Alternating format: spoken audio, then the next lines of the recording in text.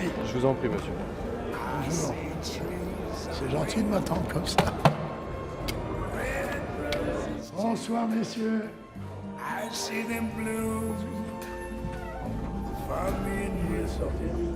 Je dois beaucoup au football parce que c'est grâce au football que j'ai connu ma femme.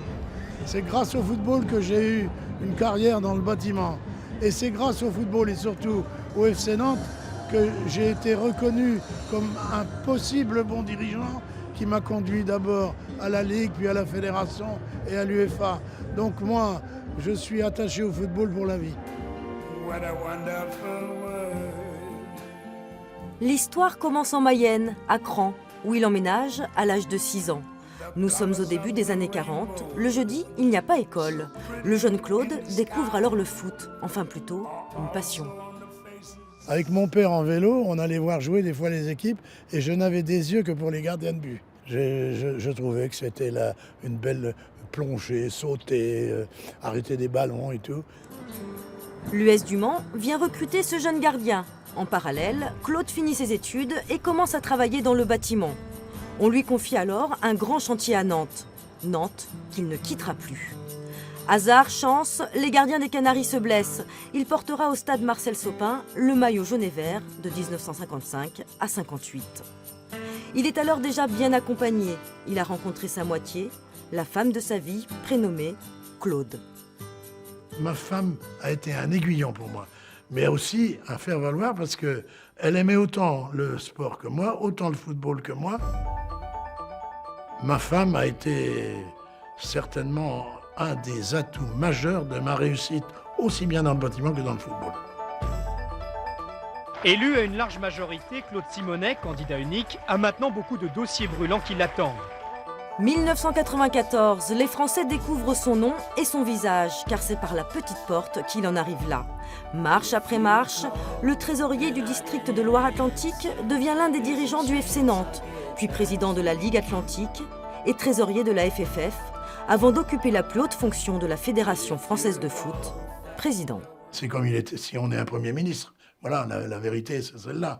On est un Premier ministre, donc on fait faire les lois, ou on les corrige pour les lois du football, on gère les litiges, on gère tout ce qu'il y a à gérer, on prend les punitions quand il faut les prendre, et puis on est aussi chargé des relations avec le monde international, UEFA et FIFA.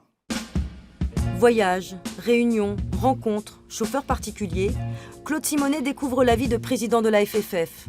Mais à peine arrivé, il doit déjà régler un dossier qui fait scandale, ultra médiatisé, l'affaire OM Valenciennes. Pour la première fois depuis le début de l'affaire, le pouvoir sportif a pris des sanctions fermes. Des joueurs marseillais, Bourruchaga et Robert, sont accusés d'avoir triché, et Bernard Tapie de corruption. Comment savoir la vérité ? Là encore, le hasard ou la chance croisent sa route. Un jour, en prenant le train à Nantes pour venir à Paris, j'ai été interpellé par deux messieurs, dont l'un était le père de Christophe Robert, et qui m'a révélé que Christophe Robert lui avait téléphoné le soir du match pour dire « Papa, j'ai fait une connerie, j'ai pris l'argent ». Donc pour moi, la corruption était donc active et vraie, donc c'était quand même assez plus facile de prendre une décision. L'OM est ainsi rétrogradé. Une période compliquée avant de vivre un moment unique, magique. Juillet 98, Claude monte sur le toit du monde. On en a rêvé, ils l'ont fait. Le soir de la victoire, moi j'avais attendu un peu pour retrouver le Club France qui était en bas des Champs-Élysées. Quand on est arrivé à l'Arc de Triomphe, j'étais obligé de descendre de voiture, finir à pied. J'ai mis 1h30 à pied avec ma femme à retrouver. Tout le monde voulait nous embrasser. Moi qui avais connu la libération en 1944, j'avais l'impression de revivre la libération. Moi, j'ai jamais été prétentieux dans la vie. J'ai jamais considéré que c'est moi qui avais gagné ces coupes. J'ai donné les moyens, et puis j'ai peut-être été récompensé par le bon Dieu parce que j'ai fait des bonnes choses. Voilà, c'est tout. J'ai essayé. Hasard ou chance, son destin est lié à un autre homme. Didier Deschamps, formé au FC Nantes, puis capitaine de l'équipe de France. Le duo a vécu longtemps ensemble, la vie en jaune et puis en bleu. J'ai eu le plaisir, le privilège de rencontrer Monsieur Simonet déjà quand je suis arrivé tout jeune au FC Nantes, où il était trésorier. Et puis bon, on a partagé de très très bons moments en équipe de France. Donc c'est quelqu'un qui aime le football, qui est passionné de football, qui est très humain, c'est important. Et la relation qu'on a pu avoir, que M. Simonet a pu avoir avec Aimé Jacquet, notre sélectionneur, et après avec nous les joueurs, ont fait que ça a permis d'avoir et d'obtenir les résultats qu'on a obtenus. Mais après le rêve, le cauchemar.